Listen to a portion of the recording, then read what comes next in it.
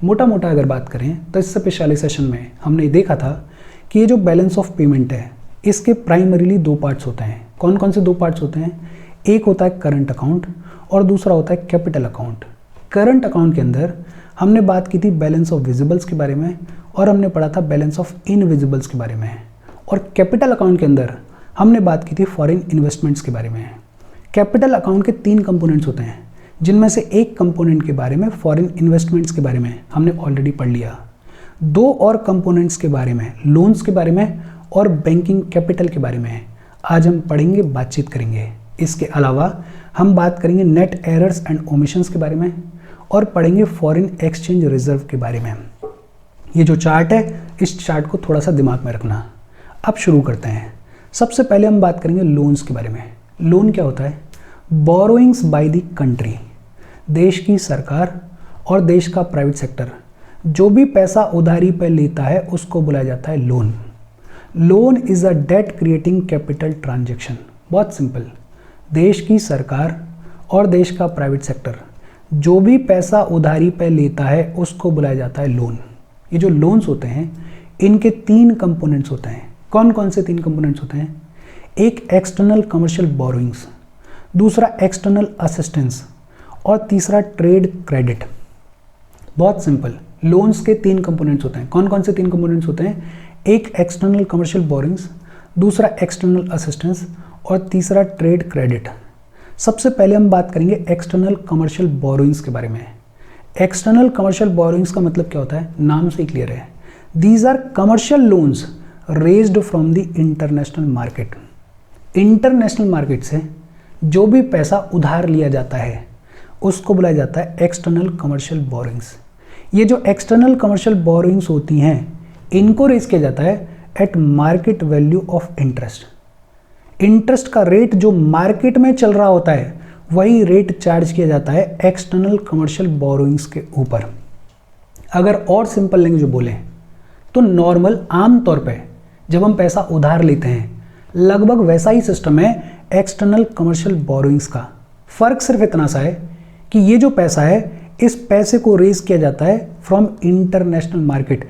International market से पैसे को उधार लिया जाता है, बाकी इंटरेस्ट रेट सेम वही होता है जो मार्केट में चल रहा होता है। तो एक्सटर्नल कमर्शियल बोरोइंग्स क्या होती हैं? इंटरनेशनल मार्केट से जो भी पैसा उधार लिया जाता है उसको बुलाया जाता है एक्सटर्नल कमर्शियल बोरोइंग्स। और एक्सटर्नल कमर्शियल बोरोइंग्स के ऊपर जो भी इंटरेस्ट रेट मार्केट में चल रहा होता है वही चार्ज किया जाता है। एक सवाल ये भी आता है कि हमारी कंट्री में एक्सटर्नल कमर्शियल बोरोइंग्स को कौन कौन रेज कर सकता है, कौन कौन एलिजिबल है? एक तो ऐसी सभी एंटिटीज जो कि एफडीआई को रिसीव करने के लिए एलिजिबल हैं वो एक्सटर्नल कमर्शियल बोरोइंग्स के तहत पैसा उधारी पर ले सकती हैं, कोई दिक्कत वाली बात नहीं है। एक तो ऐसी सभी एंटिटीज जो कि एफडीआई को रिसीव करने के लिए एलिजिबल हैं वो एलिजिबल होती हैं एक्सटर्नल कमर्शियल बोरोइंग्स के लिए भी। दूसरा, जितनी भी हमारे कंट्री में पोर्ट ट्रस्ट हैं वो पोर्ट ट्रस्ट भी एक्सटर्नल कमर्शियल बोरोइंग्स के लिए एलिजिबल हैं। तीसरा, स्पेशल इकोनॉमिक जोन्स में फंक्शन करने वाली जितनी भी यूनिट्स हैं वो भी एक्सटर्नल कमर्शियल बोरोइंग्स के लिए एलिजिबल हैं। चौथा, सिडबी और एग्जिम बैंक, सिडबी और एग्जिम बैंक भी एक्सटर्नल कमर्शियल बोरोइंग्स के लिए एलिजिबल हैं। बहुत सिंपल, एक्सटर्नल कमर्शियल बोरोइंग्स के लिए हमारी कंट्री में कौन कौन एलिजिबल है, कौन कौन रेज कर सकता है? एक तो ऐसी सभी एंटिटीज जो कि एफडीआई को रिसीव करने के लिए एलिजिबल हैं वो एक्सटर्नल कमर्शियल बोरोइंग्स के लिए भी एलिजिबल होती हैं। दूसरा, पोर्ट ट्रस्ट। तीसरा, स्पेशल इकोनॉमिक जोन्स में फंक्शन करने वाली यूनिट्स। चौथा, सिडबी और पांचवा, एग्जिम बैंक। ये सब भी एक्सटर्नल कमर्शियल बोरोइंग्स के लिए एलिजिबल हैं। ये जो एक्सटर्नल कमर्शियल बोरोइंग्स होती हैं इनका minimum average maturity time period कितना होता है? 3 साल का होता है। कम भी हो सकता है लेकिन on average maturity time period कितना होता है? 3 साल का होता है। और ये जो एक्सटर्नल कमर्शियल बोरोइंग्स होती हैं इनको किसी भी फ्रीली कन्वर्टेबल करेंसी में बोरो किया जा सकता है, कोई दिक्कत वाली बात नहीं है। देखो, इंटरनेशनल मार्केट से आप पैसा उधारी पे ले रहे हो तो ज़रूरी नहीं है कि आपको रुपये के डिनोमिनेशन में ही पैसा मिले। हो सकता है कभी डॉलर के डिनोमिनेशन में मिले, हो सकता है कभी स्टर्लिंग के डिनोमिनेशन में मिले। किसी भी फ्रीली कन्वर्टेबल करेंसी में आप एक्सटर्नल कमर्शियल बोरोइंग्स को बोरो कर सकते हो। ये जो एक्सटर्नल कमर्शियल बोरोइंग्स होती हैं, इनके कई सारे टाइप्स होते हैं। कौन कौन से टाइप्स होते हैं? एक तो लोन्स, इंटरनेशनल मार्केट में जिन भी लोन्स को रेज किया जाता है उन सब को इंक्लूड किया जाता है इन एक्सटर्नल कमर्शियल बोरोइंग्स में। इवन जो बैंक लोन्स होते हैं इंटरनेशनल मार्केट में, उनको भी एक्सटर्नल कमर्शियल बोरोइंग्स में ही कंसिडर किया जाता है। दूसरा, floating fixed rate notes, bonds और डिवेंचर्स, ऐसे बॉन्ड्स, नोट्स, डिवेंचर्स जो कि इंटरनेशनल मार्केट में रेज किए जाते हैं, उनको भी एक्सटर्नल कमर्शियल बोरोइंग्स का पार्ट माना जाता है। तीसरा, ट्रेड क्रेडिट्स बियॉन्ड 3 ईयर्स, 3 साल से ज़्यादा के जो ट्रेड क्रेडिट्स होते हैं वो भी एक्सटर्नल कमर्शियल बोरोइंग्स का पार्ट होते हैं। ये ट्रेड क्रेडिट्स क्या होते हैं, इनके बारे में हम पढ़ेंगे आगे चलते हुए। इसके अलावा कैपिटल मार्केट के इंस्ट्रूमेंट्स जैसे फॉरेन करेंसी कन्वर्टेबल बॉन्ड्स होते हैं। फॉरेन करेंसी कन्वर्टेबल बॉन्ड्स क्या होते हैं, एक एग्जांपल समझ लेते हैं। मान लेते हैं कोई इंडिया की कंपनी है और ये कंपनी कोई बॉन्ड इशू कर रही है, लेकिन ये जो बॉन्ड इशू कर रही है ये रुपये में डिनोमिनेटेड नहीं है, ये किसी और फॉरेन करेंसी में डिनोमिनेटेड है। तो ऐसे बॉन्ड को बुलाया जाता है फॉरेन करेंसी कन्वर्टेबल बॉन्ड। तो ये जो फॉरेन करेंसी कन्वर्टेबल बॉन्ड्स होते हैं और फॉरेन करेंसी एक्सचेंजेबल बॉन्ड्स होते हैं, ऐसे सभी कैपिटल मार्केट के इंस्ट्रूमेंट्स को भी एक्सटर्नल कमर्शियल बोरोइंग्स का पार्ट कंसिडर किया जाता है।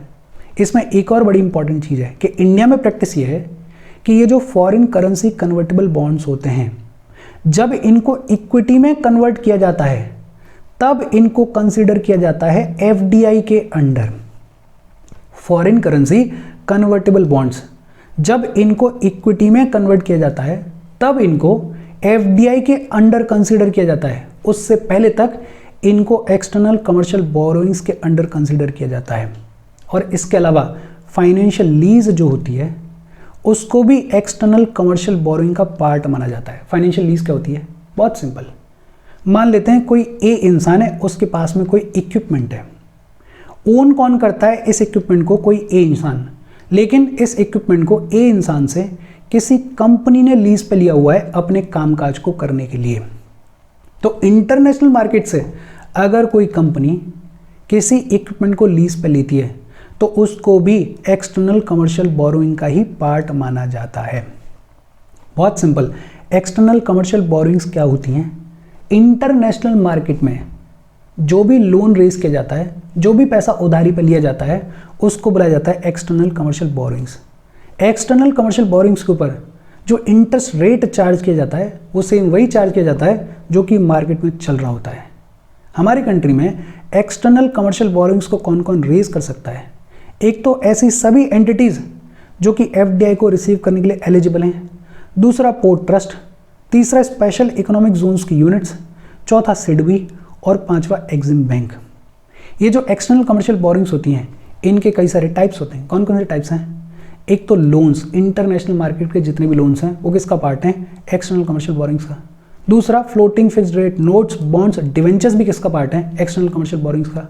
इसके अलावा 3 साल से ज़्यादा के जो ट्रेड क्रेडिट्स होते हैं वो भी किसका पार्ट है? एक्सटर्नल कमर्शियल बोरोइंग्स का। कैपिटल मार्केट के इंस्ट्रूमेंट्स जैसे foreign currency convertible bonds, foreign currency exchangeable bonds, ये भी किसका पार्ट है? एक्सटर्नल कमर्शियल बोरोइंग्स का। और फाइनेंशियल लीज, ये भी किसका पार्ट है? एक्सटर्नल कमर्शियल बोरोइंग्स का। बहुत सिंपल। लोन्स का एक कंपोनेंट है एक्सटर्नल कमर्शियल बोरोइंग्स, दूसरा कंपोनेंट है एक्सटर्नल असिस्टेंस। एक्सटर्नल असिस्टेंस क्या होती है? ये भी एक तरीके की बोरोइंग है। ये भी पैसा हम उधारी पे ले रहे हैं, लेकिन देने वाला इसे असिस्टेंस के तौर पे दे रहा है, मदद के तौर पे दे रहा है। तो ये जो बोरोइंग होती है इस पर जो इंटरेस्ट रेट चार्ज किया जाता है वो बेहद कम चार्ज किया जाता है और इसका जो मैच्योरिटी टाइम पीरियड होता है वो थोड़ा लंबा होता है। देखो, जब हमने बात की एक्सटर्नल कमर्शियल बोरोइंग्स के बारे में, तो इन बोरोइंग्स के ऊपर जो इंटरेस्ट रेट चार्ज किया जाता है वो सेम वही चार्ज किया जाता है जो कि मार्केट में चल रहा होता है, कोई भी कंसेशन नहीं दिया जाता है। लेकिन जब बात होती है एक्सटर्नल असिस्टेंस के बारे में, तो है तो ये भी बोरोइंग, लेकिन ये मदद के तौर पे दिया गया पैसा है, तो इस पर जो इंटरेस्ट रेट चार्ज किया जाता है वो बेहद कम चार्ज किया जाता है और जो मैच्योरिटी टाइम पीरियड होता है वो लंबा होता है, वो ज़्यादा होता है। अच्छा, एक्सटर्नल असिस्टेंस के तौर पे कौन कौन पैसा दे सकता है? फॉरेन गवर्नमेंट्स देती हैं, वर्ल्ड बैंक देता है, IMF देता है, या ऐसे जो अदर इंटरनेशनल इंस्टीट्यूशंस हैं वो भी देते हैं। बहुत सिंपल। और लोन्स का तीसरा कंपोनेंट है ट्रेड क्रेडिट। ट्रेड क्रेडिट क्या होता है? कोई इंपोर्टर है, वो इंपोर्टर कैपिटल गुड्स का या नॉन कैपिटल गुड्स का इंपोर्ट करता है।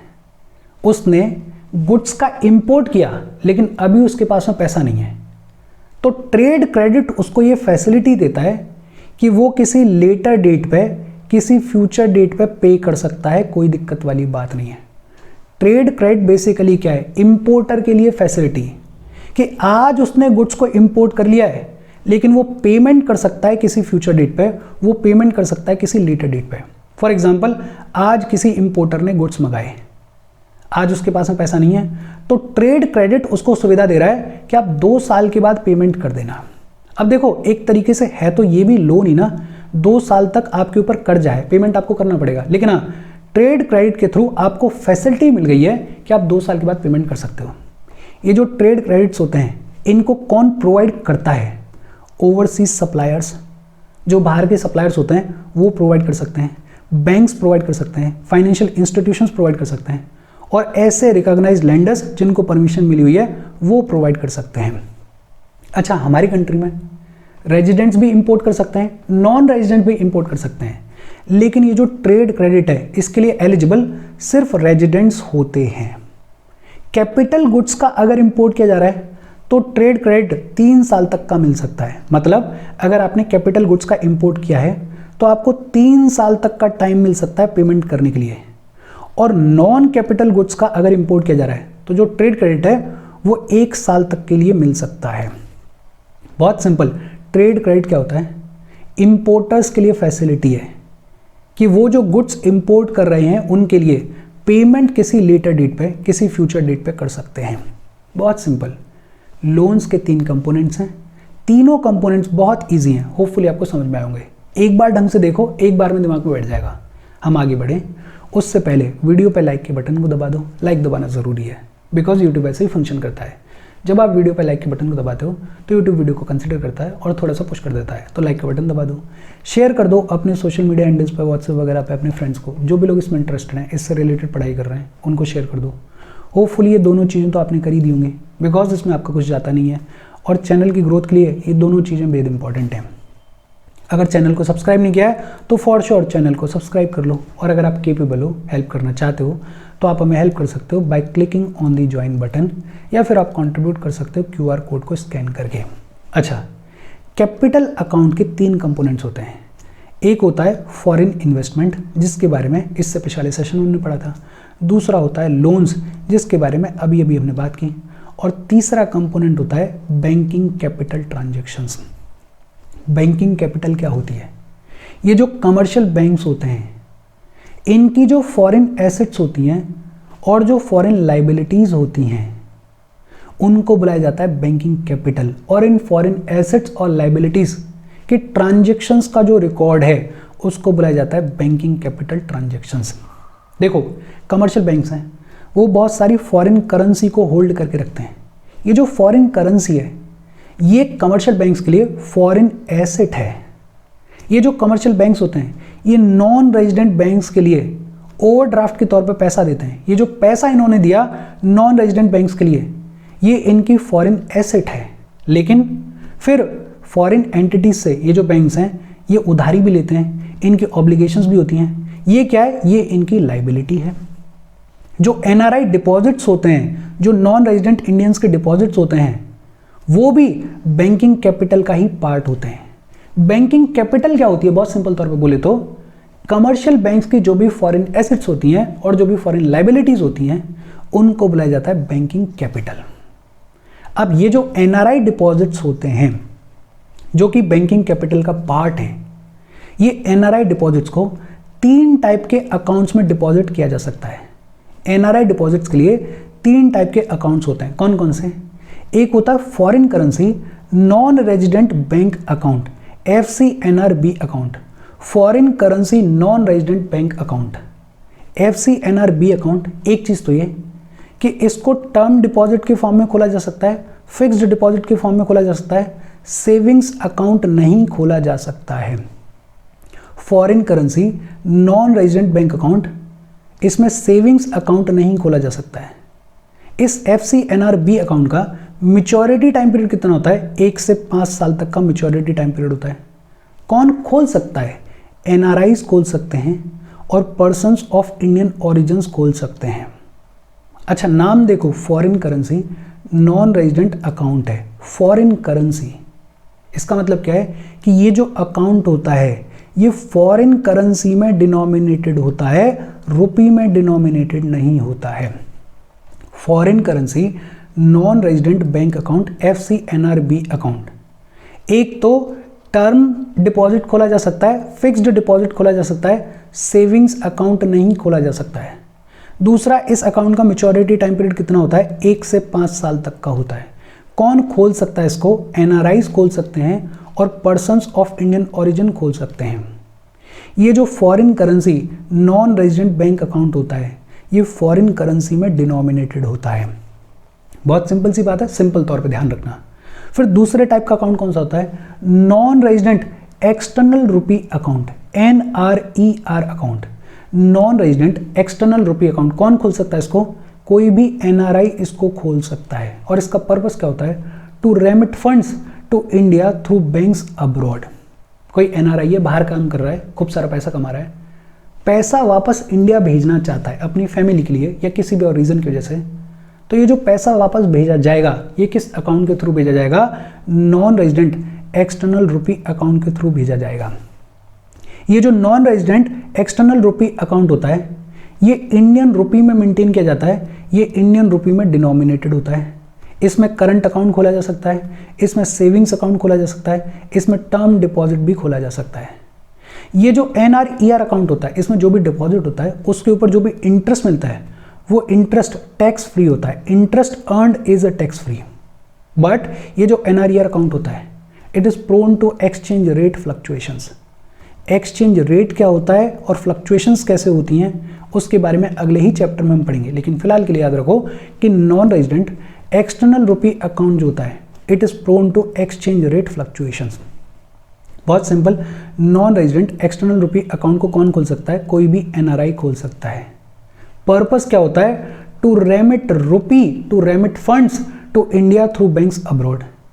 इसको खोला जाता है रुपी के डिनोमिनेशन में, इसको मेंटेन किया जाता है इंडियन रुपी में। करंट अकाउंट खोला जा सकता है, सेविंग्स अकाउंट खोला जा सकता है, टर्म डिपॉजिट भी खोला जा सकता है। जो इंटरेस्ट होता है इट इज टैक्स फ्री। और तीसरे टाइप का अकाउंट कौन सा होता है? Non resident ordinary rupee account, NROR account. Non resident ordinary rupee account को कोई भी ऐसा इंसान खोल सकता है जो कि इंडिया के बाहर रिजाइड कर रहा है, जो कि इंडिया के बाहर रह रहा है। कोई फर्क नहीं पड़ता कि वो इंडियन है या नहीं है। इंडिया के बाहर रहने वाला कोई भी इंसान non resident ordinary rupee account को खोल सकता है।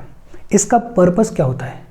एक तो इसका पर्पस ये हो सकता है कि आपको इंडियन रुपी में ट्रांजेक्शन्स करने हैं, पेमेंट करने हैं, तो उसके लिए आपने NROR अकाउंट को खोला है। या फिर दूसरा पर्पस हो सकता है कि इंडिया में आप इनकम अर्न कर रहे हो, उस इनकम को मैनेज करने के लिए आपने NROR अकाउंट को खोला है। ये जो NROR अकाउंट होता है इसको करंट अकाउंट के फॉर्म में मैनेज किया जाता है, इसको सेविंग्स अकाउंट के फॉर्म में खोला जा सकता है, इसको रीअकरिंग अकाउंट या फिर फिक्स्ड डिपॉजिट अकाउंट के फॉर्म में भी खोला जा सकता है। लेकिन NROR अकाउंट में जो भी डिपॉजिट होता है उसके ऊपर जो इंटरेस्ट अर्न करते हो आप वो टैक्सेबल होता है। बट ये जो NROR अकाउंट होता है it is not prone to exchange rate fluctuations. बहुत सिंपल, बहुत ज़्यादा दिमाग लगाने की ज़रूरत नहीं है, सिंपल तौर पे याद रखना। देखो, 3 टाइप के अकाउंट्स होते हैं NRI डिपॉजिट्स के लिए। एक foreign currency non resident bank account होता है, टर्म अकाउंट खोला जा सकता है, इसमें टर्म डिपॉजिट, फिक्स डिपॉजिट खोला जा सकता है, सेविंग्स अकाउंट को नहीं खोला जा सकता है। मैच्योरिटी टाइम पीरियड 1 से 5 साल तक का होता है। NRIs खोल सकते हैं, पर्सन्स ऑफ इंडियन ओरिजिन्स खोल सकते हैं। इसको मेंटेन किया जाता है फॉरेन करेंसी में। दूसरा, non resident external rupee account, NRER account. इसको कोई भी NRI खोल सकता है to remit funds to India through banks abroad. इसको मेंटेन किया जाता है रुपी में, इंडियन रुपी के डिनोमिनेशन में इसको मेंटेन किया जा सकता है। करंट अकाउंट खोला जा सकता है, सेविंग्स अकाउंट खोला जा सकता है, टर्म डिपॉजिट भी खोला जा सकता है। जो भी इंटरेस्ट आप अर्न करोगे इस NRER अकाउंट में वो टैक्स फ्री होता है।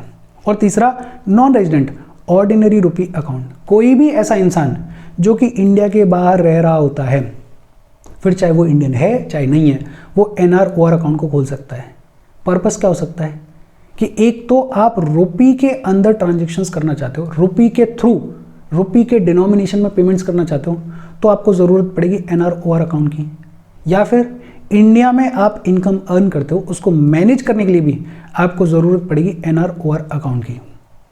करंट अकाउंट खोला जा सकता है, सेविंग्स अकाउंट खोला जा सकता है, रिकरिंग अकाउंट खोला जा सकता है, फिक्स्ड डिपॉजिट अकाउंट भी खोला जा सकता है। जो इंटरेस्ट आप अर्न करोगे इस NROR अकाउंट में वो टैक्सेबल होता है। एक नोट है कि जो फॉरेन टूरिस्ट इंडिया आते हैं वो सिर्फ NROR अकाउंट को ही खोल सकते हैं। कोई फॉरेन टूरिस्ट है, वो लंबे टाइम के लिए विजिट करने के लिए आया इंडिया, उसको अकाउंट की ज़रूरत है, तो वो सिर्फ NROR अकाउंट को ही खोल सकता है। फिर इसके बाद एक टर्म है net international investment position. Net international investment position का मतलब क्या होता है? बहुत simple, it is the difference between external financial assets and liabilities of a country. किसी देश के पास में कितनी फॉरेन एसेट्स हैं और उस देश के ऊपर कितनी फॉरेन लाइबिलिटीज़ हैं, इन फॉरेन एसेट्स और फॉरेन लाइबिलिटीज़ के बीच में जो डिफरेंस होता है उसको बुलाया जाता है नेट इंटरनेशनल इन्वेस्टमेंट पोजीशन। और जब हम बात करते हैं फॉरेन एसेट्स और फॉरेन लाइबिलिटीज़ के बारे में, तो हम बात करते हैं गवर्नमेंट और प्राइवेट सेक्टर दोनों के एसेट्स के बारे में, दोनों के लाइबिलिटीज़ के बारे में। नेट इंटरनेशनल इन्वेस्टमेंट पोजीशन का मतलब क्या होता है? कंट्री के फॉरेन एसेट्स और फॉरेन लाइबिलिटीज़ के बीच में जो डिफरेंस होता है उसको बुलाया जाता है नेट इंटरनेशनल इन्वेस्टमेंट पोजीशन। अगर किसी कंट्री का पॉजिटिव NIIP है तो इसका मतलब क्या है कि वो नेशन क्रेडिटर नेशन है। पॉजिटिव NIIP है तो इसका मतलब क्या है कि वो जो कंट्री है उसकी फॉरेन एसेट्स ज़्यादा हैं in comparison to foreign liabilities. और अगर किसी नेशन का नेगेटिव NIIP है तो इसका मतलब क्या है कि वो नेशन डेप्टर नेशन है। नेगेटिव NIIP है तो इसका मतलब क्या है कि उस कंट्री की जो फॉरेन लाइबिलिटीज़ हैं वो ज़्यादा हैं in comparison to foreign assets. बहुत simple, net international investment position का मतलब क्या होता है? कंट्री के फॉरेन एसेट्स और फॉरेन लाइबिलिटीज़ के बीच में जो डिफरेंस होता है उसको बुलाया जाता है नेट इंटरनेशनल इन्वेस्टमेंट पोजीशन। और इसके साथ कैपिटल अकाउंट्स की बातचीत भी खत्म हो गई। करंट अकाउंट और कैपिटल अकाउंट्स दोनों के बारे में हमने पढ़ लिया। बहुत ईजी सी चीज़ें थी, एक बार देखो, दिमाग में बिठाओ, और अगर फिर भी कोई डाउट हो तो कमेंट करके पूछ लेना। अच्छा, जब हम बात करते हैं बैलेंस ऑफ पेमेंट्स के बारे में, तो बैलेंस ऑफ पेमेंट्स का एक component net errors and omissions भी होता है। भाई, जब ये बैलेंस ऑफ पेमेंट्स का रिकॉर्ड तैयार किया जाता है तो इसमें कुछ एरर्स या ओमिशंस भी तो हो सकते हैं। ये एरर्स और ओमिशंस किस वजह से हो सकते हैं? एक तो under reporting and over reporting of transactions, कि जो ट्रांजेक्शन्स हैं उनको रिपोर्ट ही ठीक तरीके से नहीं किया गया है, उसकी वजह से एरर्स हो सकते हैं। दूसरा सैम्पलिंग एरर, कि जब ट्रांजेक्शन्स को चढ़ाया गया तब कोई एक दो इंडिविजुअल का जो ट्रांजेक्शन है वो छूट गया, गलती से छूट गया, उसकी वजह से ओमिशन हो सकता है। और तीसरा स्मगलिंग एक्टिविटीज़, कोई पैसे को गलत तरीके से ही यूज़ करना चाहता है और इसलिए ट्रांजेक्शन्स को सही से रिपोर्ट नहीं कर रहा है, तो उसकी वजह से भी नेट एरर्स एंड ओमिशंस हो सकते हैं। लेकिन ये जो नेट एरर्स एंड ओमिशंस हैं ये बैलेंस ऑफ पेमेंट का बहुत छोटा सा परसेंटेज कॉन्स्टिट्यूट करते हैं, ना के बराबर परसेंटेज कॉन्स्टिट्यूट करते हैं। लेकिन हाँ, बैलेंस ऑफ पेमेंट्स के रिकॉर्ड में नेट एरर्स एंड ओमिशंस भी हो सकते हैं। और फिर इसके बाद है फॉरेन एक्सचेंज रिजर्व्स। ये जो फॉरेन एक्सचेंज रिजर्व्स हैं इनका कस्टोडियन कौन है? RBI is the custodian of foreign exchange reserves. ये जितने भी फॉरेन एक्सचेंज ट्रांजेक्शन्स होते हैं ये किसके थ्रू होते हैं? RBI के थ्रू ही होते हैं। फॉरेन एक्सचेंज रिजर्व्स का कस्टोडियन कौन है? RBI कस्टोडियन है। और इंडिया के फॉरेन एक्सचेंज रिजर्व्स में किन किन चीज़ों को इंक्लूड किया गया है? एक तो फॉरेन करेंसी एसेट्स, बहुत सारी फॉरेन करेंसी को हम होल्ड करते हैं। ये जो फॉरेन करेंसी होती है ये किसका पार्ट होती है? फॉरेन एक्सचेंज रिजर्व का पार्ट होती है। मॉनेटरी गोल्ड, सोना जो है उसको भी होल्ड किया जाता है as part of foreign exchange reserve. फिर special drawing rights. Special drawing rights basically क्या है? IMF के द्वारा मेंटेन किए जाने वाला एक बास्केट ऑफ करेंसीज है। इसके बारे में डिटेल में हम पढ़ेंगे अगले चैप्टर में, लेकिन फिलहाल के लिए इतना याद रखो कि ये जो स्पेशल ड्राइंग राइट्स होते हैं ये भी किसका पार्ट है? ये फॉरेन एक्सचेंज रिजर्व का पार्ट है। और ये जो स्पेशल ड्राइंग राइट्स होते हैं ये रखे जाते हैं गवर्नमेंट की कस्टडी में, आरबीआई की कस्टडी में नहीं रखे जाते हैं। और चौथा आरटीपी, रिजर्व ट्रेंच पोजीशन। ये जो आरटीपी होता है ये एक तरीके से आईएमएफ के अंडर इमरजेंसी अकाउंट होता है। ये जो आरटीपी होता है इसको भी फॉरेन एक्सचेंज रिजर्व्स में इंक्लूड किया जाता है। दिसंबर 2024 में हमारा जो फॉरेन एक्सचेंज रिजर्व था उसकी वैल्यूएशन कितनी थी? 640 बिलियन यूएस डॉलर्स, लगभग 640 बिलियन यूएस डॉलर हमारे फॉरेन एक्सचेंज रिजर्व की वैल्यूएशन थी। और ये जो 640 बिलियन यूएस डॉलर है इसमें मैक्सिमम शेयर किसका है? फॉरेन करेंसी एसेट्स का है। लगभग 90% शेयर जो है वो किसका है? फॉरेन करेंसी एसेट्स का है। बहुत सिंपल, दो चीज़ें याद रख लो। एक तो फॉरेन एक्सचेंज रिजर्व, इसका कस्टोडियन कौन है? आरबीआई। दूसरा फॉरेन एक्सचेंज रिजर्व में किन किन चीज़ों को इंक्लूड किया गया है? एक तो फॉरेन करेंसी एसेट्स को, दूसरा गोल्ड को, तीसरा स्पेशल ड्राइंग राइट्स को और चौथा आरटीपी को। और इसके साथ करंट अकाउंट, कैपिटल अकाउंट और ये जो बैलेंस ऑफ पेमेंट का क्लासिफिकेशन है उसकी पूरी बातचीत खत्म हो गई। फिर इसके बाद बात आती है कि इंडिया में बैलेंस ऑफ पेमेंट के ट्रेंड्स क्या रहे हैं। 3 फेजेस में डिवाइड करके देखा जाता है। पहला है पीरियड 1 जो कि 1956-57 से लेके 1975-76 तक चला। और ये जो पीरियड है, इस पीरियड के दौरान इंडिया का जो बैलेंस ऑफ पेमेंट का सिचुएशन था वो बेहद ख़राब था, बिकॉज हमारे एक्सपोर्ट्स बहुत ही पुअर थे और हम इंपोर्ट्स के ऊपर बहुत हैविली रिलाई करते थे। हमारा जो करंट अकाउंट डेफिसिट था वो लगभग 1.8% ऑफ द जीडीपी था। हमारा जो फॉरेन एक्सचेंज रिजर्व था वो बेहद लो था और जो फॉरेन एड के तहत पैसा आता था वो ज़्यादातर करंट अकाउंट डेफिसिट को कवर करता था। एक लाइन में अगर याद रखो तो ये जो फेज़ था, इस फेज़ में हमारी जो बैलेंस ऑफ पेमेंट की सिचुएशन थी वो बेहद ख़राब थी। फिर आया पीरियड सेकंड, 1976 से लेके 1979-80 तक, 1976-77 से लेके 1979-80 तक। और ये जो फेज़ था, इस फेज़ में इंडिया का जो बैलेंस ऑफ पेमेंट का सिचुएशन था वो बहुत ही प्रॉस्परस था। इनफैक्ट करंट अकाउंट सरप्लस देखा हमने लगभग 0.6% का, बहुत ज़्यादा तो नहीं लेकिन करंट अकाउंट सरप्लस देखा हमने इस वाले फेज़ में। हमारे एक्सपोर्ट जो हैं वो कंपैरेटिवली स्ट्रांगली ग्रो कर रहे थे और जो हमारे नेट इनविजिबल्स थे, सर्विसेज वगैरह थी, उनमें ग्रोथ देखने को मिल रही थी।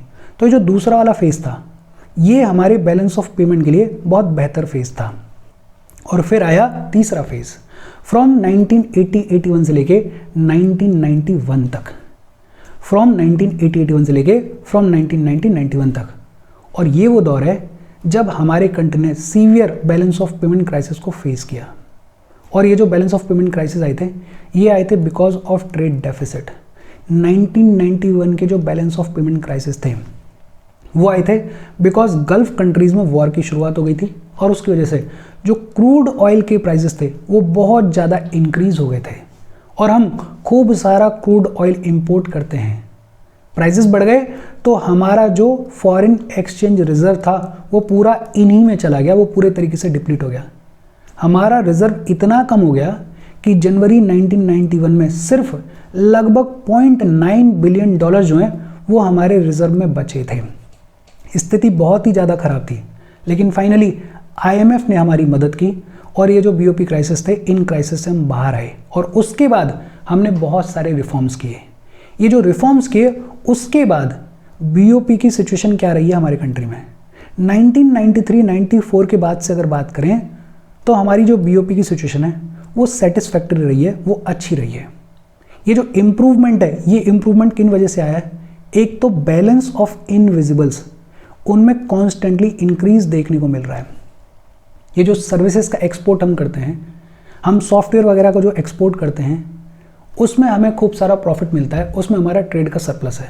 और दूसरा रेमिटेंसेज, हमारे जो लोग बाहर काम करते हैं वो वापस इंडिया में खूब सारा पैसा भेजते हैं, तो इसकी वजह से हमारा जो बैलेंस ऑफ पेमेंट है वो इम्प्रूव हुआ।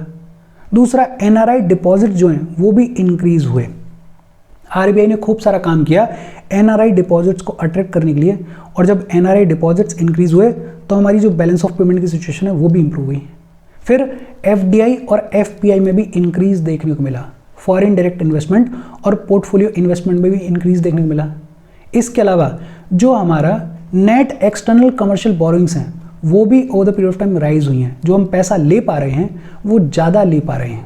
हालांकि 2014 से लेकर 2019 के बीच में जो नेट एक्सटर्नल कमर्शियल बोरोइंग्स थी हमारी वो नेगेटिव थी, मतलब हमने पैसा दिया ज़्यादा लिया कम।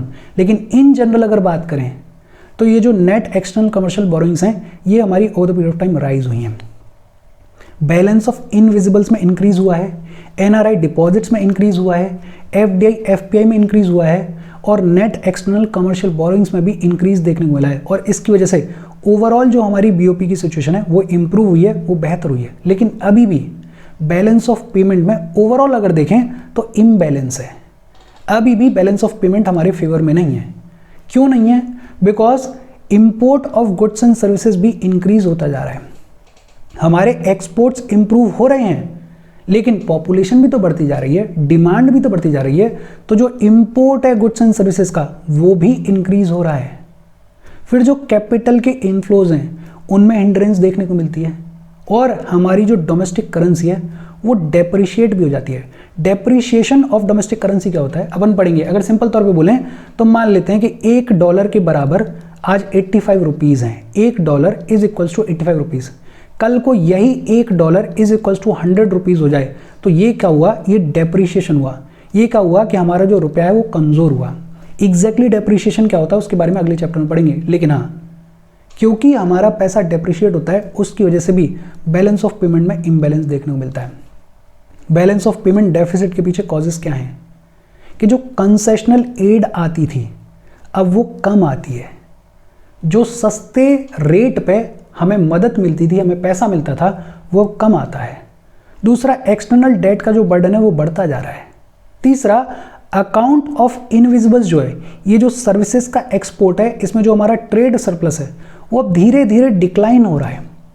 भाई पहले हम अकेले प्लेयर थे, लेकिन अब और कंट्रीज भी तो सर्विसेज को डेवलप कर रही हैं, तो बट ऑब्वियसली बात है कि ये जो सरप्लस है ये थोड़ा ग्रेजुअली डिक्लाइन हो रहा है। और balance of trade deficits, goods के मामले में तो ट्रेड डेफिसिट है ही, तो उसकी वजह से भी ये जो बीओपी है इसमें डेफिसिट देखने को मिलता है। देखो ये जितनी भी बातचीत की हमने, अगर इसको 2 लाइन में बोलें तो एक तो हमारी जो ओवरऑल सिचुएशन है बैलेंस ऑफ पेमेंट की वो इंप्रूव हुई है, वो बेहतर हुई है। लेकिन बेहतर होके भी अभी पूरे तरीके से सही नहीं हुई है, उसको और इंप्रूव करने की ज़रूरत है, उसको और सही करने की ज़रूरत है। और उसके रीजंस क्या हैं? रीजंस ये हैं कि एक तो गुड्स एंड सर्विसेज का जो इंपोर्ट है वो इंक्रीज होता जा रहा है, एक्सपोर्ट्स हमारे बढ़ रहे हैं, वो अच्छी बात है, लेकिन इंपोर्ट भी तो बढ़ रहा है। फिर कैपिटल इनफ्लोज में बहुत सारे हिंड्रेंसेज हैं, जैसे कभी कोरोना आ गया, कभी वॉर हो गया कंट्रीज में, इसकी वजह से भी जो कैपिटल इनफ्लो है वो इम्पैक्ट होता है। फिर हमारी जो डोमेस्टिक करेंसी है वो डेप्रिशिएट हो जाती है, वो कमज़ोर हो जाती है। फिर जो कंसेशनल एड आती थी वो भी अब कम आती है। एक्सटर्नल डेट का जो बर्डन है वो बढ़ता जा रहा है। जो हमारा ट्रेड सरप्लस हुआ करता था इनविजिबल्स में वो भी धीरे धीरे डिक्लाइन हो रहा है। और गुड्स के ट्रेड के मामले में तो डेफिसिट है ही। तो इन रीजंस की वजह से बीओपी की जो सिचुएशन है वो इम्प्रूव होने के बाद भी पूरे तरीके से बेहतर नहीं हुई है, उसको और इम्प्रूव करने की ज़रूरत है। होपफुली ये चीज़ें आपको समझ में आई होंगी, बहुत ज़्यादा दिमाग लगाने की ज़रूरत नहीं है, सिंपल तौर पे चीज़ों को याद रखना, बिकॉज इसमें से बहुत डिफिकल्ट क्वेश्चन नहीं पूछा जाएगा, पिछले बहुत टाइम से पूछा भी नहीं गया है, और अगर आप पूछा भी जाएगा तो बहुत ईजी क्वेश्चन पूछा जाएगा। और जो प्रीलिम्स के पॉइंट ऑफ व्यू से इंपॉर्टेंट है वो है करंट अकाउंट, वो है कैपिटल अकाउंट। उन चीज़ों के बारे में ज़्यादा बेहतर तरीके से याद रखना। अच्छा, सरकार ने और आरबीआई ने ये जो बैलेंस ऑफ पेमेंट का इम्बैलेंस है इसको ओवरकम करने के लिए क्या क्या मेजर्स लिए हैं? सरकार और आरबीआई क्या कर सकते हैं? एक तो क्रेडिट कंट्रोल मेजर्स लिए जाते हैं। क्रेडिट कंट्रोल मेजर्स के तहत सरकार क्या करेगी, आरबीआई क्या करेगा, मनी सप्लाई को डिक्रीज किया जाएगा। जब मनी सप्लाई को डिक्रीज किया जाएगा तो लोगों की परचेजिंग पावर भी रिड्यूस होती है, लोगों की परचेजिंग पावर भी कम होती है। और जब लोगों की परचेजिंग पावर कम होगी तो लोग ज़्यादा डिमांड करेंगे या कम डिमांड करेंगे? बट ऑब्वियस सी बात है कि लोग कम डिमांड करेंगे। और जब डिमांड कम होगी तो हमें इंपोर्ट्स भी कम करने पड़ेंगे, और जब इंपोर्ट्स कम होंगे तो ये जो बैलेंस ऑफ पेमेंट है ये थोड़ा बेहतर होगा। दूसरा, सरकार क्या कर सकती है? सरकार डोमेस्टिक करेंसी को डीवैल्यू करती है। जब डोमेस्टिक करेंसी को डीवैल्यू किया जाता है तो एक्सपोर्ट्स के प्रमोट होने की प्रोबेबिलिटी थोड़ी सी बढ़ जाती है, एक्सपोर्ट्स में इंक्रीज देखने को मिलता है। जब डोमेस्टिक करेंसी को डीवैल्यू किया जाता है तो जो फॉरेन इन्वेस्टर्स होते हैं वो इन्वेस्ट करने के लिए ज़्यादा अट्रैक्टेड होते हैं। ये डीवैल्यूएशन ऑफ डोमेस्टिक करेंसी क्या होता है, इसके बारे में अगले ही चैप्टर में हम डिटेल में पढ़ेंगे, लेकिन फिलहाल के लिए समझने के लिए अगर बात करें तो मान लेते हैं कि आज की डेट में $1 80 रुपए के बराबर है। कल को यही $1 100 रुपए के बराबर हो गया। इसको बुलाया जाता है डीवैल्यूएशन या इसको बुलाया जाता है डेप्रीशिएशन। ये जो डीवैल्यूएशन है और ये जो डेप्रीशिएशन है, इन दोनों में थोड़ा सा डिफरेंस है, लेकिन अब कॉन्सेप्ट यही है। डिफरेंस के बारे में अगले चैप्टर में हम पढ़ेंगे। बेसिकली डीवैल्यूएशन में या डेप्रीशिएशन में होता क्या है कि जो हमारी करेंसी है वो कमज़ोर हो जाती है, वो वीक हो जाती है। पहले $1 80 रुपए के बराबर का था, अब $1 100 रुपए के बराबर का हो गया। मतलब हमारी जो करेंसी है वो कमज़ोर हो गई है। लेकिन इससे एक्सपोर्ट्स को फ़ायदा कैसे हो जाता है? पहले अगर कोई $1 का एक्सपोर्ट कर रहा था तो उसको बदले में 80 रुपए मिल रहे थे। अब अगर कोई $1 का एक्सपोर्ट करेगा तो उसको बदले में 100 रुपए मिलेंगे। मतलब $1 के ऊपर ये जो एक्सपोर्टर है इसको 20 रुपए का नेट फायदा हो रहा है। तो डीवैल्यूएशन ऑफ डोमेस्टिक करेंसी की वजह से एक्सपोर्ट्स के प्रमोट होने की प्रोबेबिलिटी बढ़ जाती है, और अगर एक्सपोर्ट्स इंक्रीज होंगे तो बैलेंस ऑफ पेमेंट में सुधार देखने को मिलेगा या नहीं मिलेगा? बट ऑब्वियसली बातें देखने को मिलेगा। इसके अलावा सरकार एक्सपोर्ट्स को प्रमोट करने के लिए और इंपोर्ट्स को कंट्रोल करने के लिए कई सारे स्टेप्स लेती है, कई सारे मेजर्स लेती है, और फिर स्ट्रक्चरल रिफॉर्म्स भी किए जाते हैं। बहुत सिंपल, ये वो मेजर्स हैं जिनके थ्रू सरकार और आरबीआई बैलेंस ऑफ पेमेंट के इम्बैलेंस को ओवरकम करने की कोशिश करती है। फिर बात आती है कि इंडिया की एक्सटर्नल डेट की सिचुएशन क्या है। जो एक्सटर्नल कर्जा है हमारे ऊपर, उसकी सिचुएशन क्या है? एक तो जो एक्सटर्नल डेट का डेटा है वो कौन रिलीज करता है? आरबीआई रिलीज करता है, और क्वार्टरली रिलीज करता है। सितंबर 2024 में हमारी जो एक्सटर्नल डेट है वो कितनी थी? 19.4% ऑफ द जीडीपी। कितनी थी? 19.4% ऑफ द जीडीपी। अच्छा, इंडिया की एक्सटर्नल डेट के कंपोनेंट्स कौन कौन से हैं? Multilateral debt, bilateral debt. ये जो हमने फॉरेन कंट्रीज से पैसा उधार लिया हुआ है, आईएमएफ से लिया हुआ है, वर्ल्ड बैंक से लिया हुआ है, ये सब आता है इसमें। ट्रेड क्रेडिट्स अभी हमने बात की, external commercial borrowings, NRI deposits, rupee debts, short term debts, ये सब कंपोनेंट्स हैं इंडिया की एक्सटर्नल डेट के।